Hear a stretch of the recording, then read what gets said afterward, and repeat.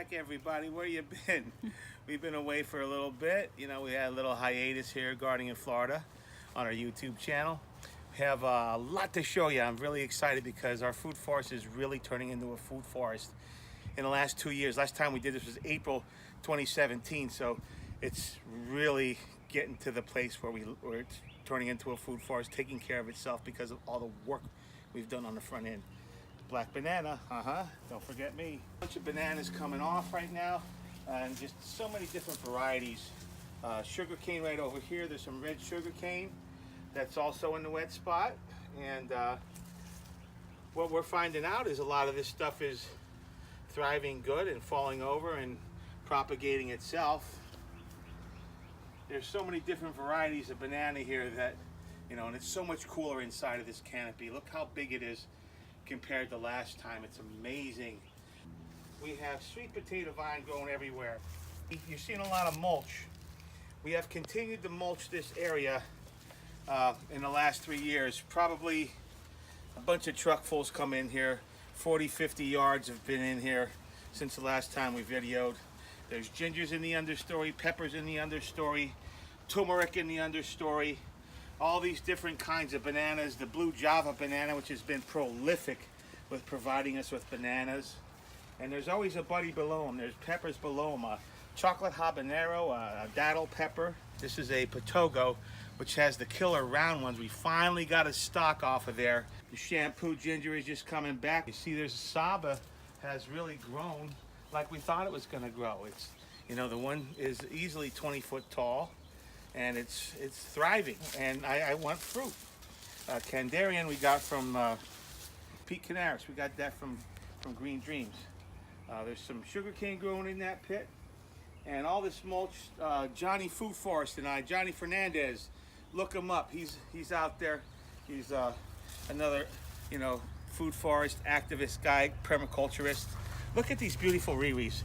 You really got to take a look at them. They look like Skittles. They're so nice. Harmless, right? Bull crap. Eat one. You'll find out. Your lips will be numb. This loquat, you know, last time we had it on film, it was this little guy, and we got so much fruit off of it this year. It was so fun. We picked them, we froze them, we ate them till we were full, and we have about 2 gallons of it frozen in our freezer. There's always, there's a black sugar cane back in there, and you're probably gonna see there's a pineapple laying around. There's everywhere you look, you gotta look around when you walk through here. But the big thing is these guys. We have the Brogdon avocados, and it really went crazy this year. We have to top it though. It's getting a little wily and pretty tall. It's up there about 15, 17 feet already. It's huge, putting out a lot of goodness. Believe it or not, all this area has been probably about 7-8 inches of compacted mulch on top of here. And we had our pineapple garden here before, and you know, we tried to get rid of it because it wasn't doing well, and all of a sudden they just kept coming back up. Oh, we have a Lula. We heard this kind of B avocado supposed to do good with the A avocado, so there we go. You know, he's in place. Looks like he's about to set. We have our, of course, you know, we can never get enough guava. Barbie pink guavas are, you know, they set all the time. It's looking really good. It's loaded with flowers right now, and if you look on here, you can see just how nice. You have ones that are already set. It's setting. It's not a great year for mango, but I do see a bunch hanging here. I see our Valencia Pride put up a bunch. Juicy Peach put out a bunch. Not like it has in the last years, but I heard everybody in this area saying, yeah, a lot of them are dropping. So that's fine. You know, we're always going to have these trees. They're so much bigger. We have wild Everglade tomatoes just coming out everywhere. And you think I'm kidding. These are best eaten right here on the spot, I'm telling you. So sweet. You want one, lovey? Yum, huh? Suriname cherry, same thing. Look at this. This guy blowing them out. Cherries everywhere. You know what? I want one. You know, these aren't too ripe when they should be darker, but still delicious. More citrus. This is a UF citrus. think it's like a UF Honeybell. We have, looks like Namwa hanging here pretty good. I cut the flower off and left one guy hanging on the last corm. I saw that online that it's supposed to help make the bananas fatter. And they were really skinny before. So it's, you know, pick up information when you can. We have a scarlet plum over here. You know, the lemon meringue mango. And if you're looking back here on the fence, you're going to see all the grapes that we have sitting right now. And it's amazing. All the way from the back behind the moringa over here, we just have clusters and clusters of grapes. And it's around this real cheap fence that I pounded in with metallic tubing and stretched out a roll of fence. All right, our lemon meringue mango. Epic return from the dead. He was not doing well, and he's on his way. He hadn't set any flowers this year at all. So that's, you know, one thing we're looking forward to is always another tasty variety of mango. There's always this, moringa is about 2.5 years old, and it's just this crazy trunk. We keep trimming it, and it just keeps growing back like we're supposed to do, and we get a lot of, you know, production from it. There's two kind of figs. There's a yellow fig down here, and I believe it's a brown turkey above here. Little homemade trellis in the back that's going to have wing beans crawling up it soon, right, Lovey? Yep. Pakistani fig. Mulberry. Mulberry, that's what I said. And so far, no mulberries. Come on, mulberries, get producing. Oh, another rack of Namwa over here, fattening up. Same thing, look, last finger, there it is. And they are fattening up, believe it or not. These guys were real skinny. I was really upset, but they're doing well, I think. This is what we do to our papaya. We chop them down, we get them low because they were all skinny and ganky, and it's part of our hugel pile now in the back. There's a lot of thing that's growing over there. We have some, looks like velvet beans are started there, another patch of longevity spinach going on. We have a ponderosa lemon there, surrounded by moringas. Looks like there's a cassava growing alongside of it too. A lot of ground cover. There's a hibiscus and a clumping style bamboos, the Hawaiian gold. There's a Buddha belly that's looking good.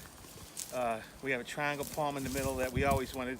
You know, you got to have your decorative stuff too, I believe. You know, this is our garden. This is where we're going to come out. The whole yard's a garden. It's our food forest. So we want to come out and check it out. You know, Katuk, very good stuff. Peanut butter tasting thing, peanutty taste. And of course, bamboo, new shoots coming out. They always look crazy to me when they come out. Just got done trimming it back. This is a Thai lime. Oh my God, the Thai cook with this all the time. So it's just doing very good since we put it, you know, in the ground. We have more stuff, Buddha belly bamboo, more moringa, chop and drop over here with asparagus, green. Arugula. Oh, yeah, arugula, chop and drop there. And we have a green mulberry. I don't see any green mulberries. Do you? No. We got blamed out on that. And coming back through here, we have a bunch of citrus. This is something we're going to graft to. It's probably a sour orange, which it wouldn't be bad to keep, actually, I don't think. Allspice is blooming. He's looking pretty good. And, you know, you just got to love to rub this stuff and smell it. Old Spice. Manly, yes, but I like it too.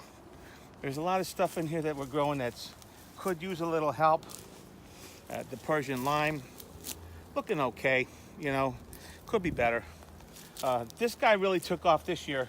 His trunk is starting to thick up. There's a jackfruit. I don't know which variety, but it's looking a lot better. It's been in the ground probably 2.5 years already, I believe. And this is one of our best producing papayas we have. It's just amazing. Looks like a couple got gutted out. We have a woodpecker that likes to come by and eat it. We have a blood orange down here. We have an LSU fig through here. Oh, bay leaf, bay rum. Another guy smells fantastic. Another mulberry. Over here, it's a white mulberry and a regular mulberry, a big leaf mulberry and a white mulberry. Can we get a mulberry? I don't even see one. All these other guys get mulberries. And there's a green adolie in here. Are you eating our mulberries? You see me? Are you eating my mulberries? I don't see any mulberries. I want mulberries. LSU fig. There's a couple on here already you can see. And they tend to do this. See how these leaves are rusty? They'll do this 3 or 4 times a year. And they'll drop off and all of a sudden, boom, they'll come back with vengeance. What we're walking into right here is a potting area that we made up. And you can kind of see that the land rolls down the hill a little bit. And we had a little problem with footing inside here, so we kind of shored it up and, you know, put down the industrial ground cover that they use for weeds, the weed barrier that they use, not the stuff that you would get at Lowe's, but, you know, the stuff you have to order online to really suppress the weeds down, because it's our potting area. Come on in, I'll show you. You have a lot of things growing inside here because it's the Great Wall of Trellis. It's about 30 foot of trellis that's 8 foot high. And it's nice because you can see there's some shade that it brings, and it's a great place for like even the Grandia to grow up. This is the potting area, so of course you're going to want to have all your plants and trees and all your greens over here, because, you know, you have a little shade cloth up top, and, you know, you can see the ground cover down here, the weed barrier, the industrial weed barrier. You can see the babies everywhere here. This is what this area was meant for. This has so many different things. There's brand new babies. We have, you know, a lot of different stages of growing plants in here. We have some papayas that are brand new here, little short ones. We have some special order dragon fruits back there that were real tiny, and these guys are ready to go climb. You know, we have to get a trellis for them to get up alongside of and start doing their thing. And we worked on this pergola probably 4 years ago. This is a 4-year-old pergola, and we have a lot of different vines growing from it, and, you know, a lot of the things that need shade grow perfectly under here. You know, you can't have direct sunlight, or if you want dappled sunlight even, this is a great area. Like our cinnamons over here. Our cinnamon's growing really nice. This is not really a good, you know, zone 9B guy, but he's growing like crazy. He's about 3 or 4 years old. Bay leaf growing here. This is an orange coffee. I can't wait to see this put out some stuff. And we're going to leave him inside of a pot, I think, forever and ever. We made a mistake and planted a coffee in the ground, and it went south one winter. That's all it took, was one winter. So we have, this is, you know, a nice area for us to sit down and relax when we're out here working, or otherwise. You know, we came out here and ate a lot of times already. So you can see that we have a lot of stuff growing here that are ready. This is ready. We have pigeon peas that are ready to go. A lot of other things growing up trellises. There's some, you got to have nice looking things. We have bougainvillea over there growing, not really blooming yet. We have a bleeding heart vine that is blooming. It looks really cool. So you have to have the pretty stuff too on your landscape and on your terrain, I think, you know. But what you're seeing down here is a swale. I cut this in yesterday, and I have to make it just a little bit steeper. It's going to hold some stuff, and then on the other side of the swale, on the not on the mound, but on the other side of the swale, is where we're going to plant things. Because what's going to happen, the water is going to hold at the base here. Because if you look down here, this is dry. This doesn't, it all flushes down into their drainage easement, and, you know, all of our stuff runs right into it. It hardly has any soil. So we're trying to prevent that and to hold some water and moisture for our stuff. So we have a lot of things that are growing down the side of the Great Wall of Trellis that was just planted in there. You can see full bloom, Mexican sunflower. And we actually planted some real sunflower ahead of it too. And there's a butterfly, look, a fritillary is just going in and out of there. They love it. It's such a good thing for pollinators. Pollinators just love it, and it's always humming. These guys, these Mexican sunflowers, will be up at the top And oh my God, you can see. This is so great. I'm glad this is blooming. There's a couple Barbados cherries on the tree. Look, there's tomatoes and a ton of Mexican sunflower. So you can see all the blooms on this tree. It's amazing how, it's acerola cherry, Barbados cherry, whichever you want to call it. And, this one's not so ripe, but they're kind of good this way too. They're a little sour, but they're actually very good. They're citrus, and they have like about maybe 4 seeds in them, which if you're averse to picking seeds out, you're like, ew, but this is a great cherry. Yeah.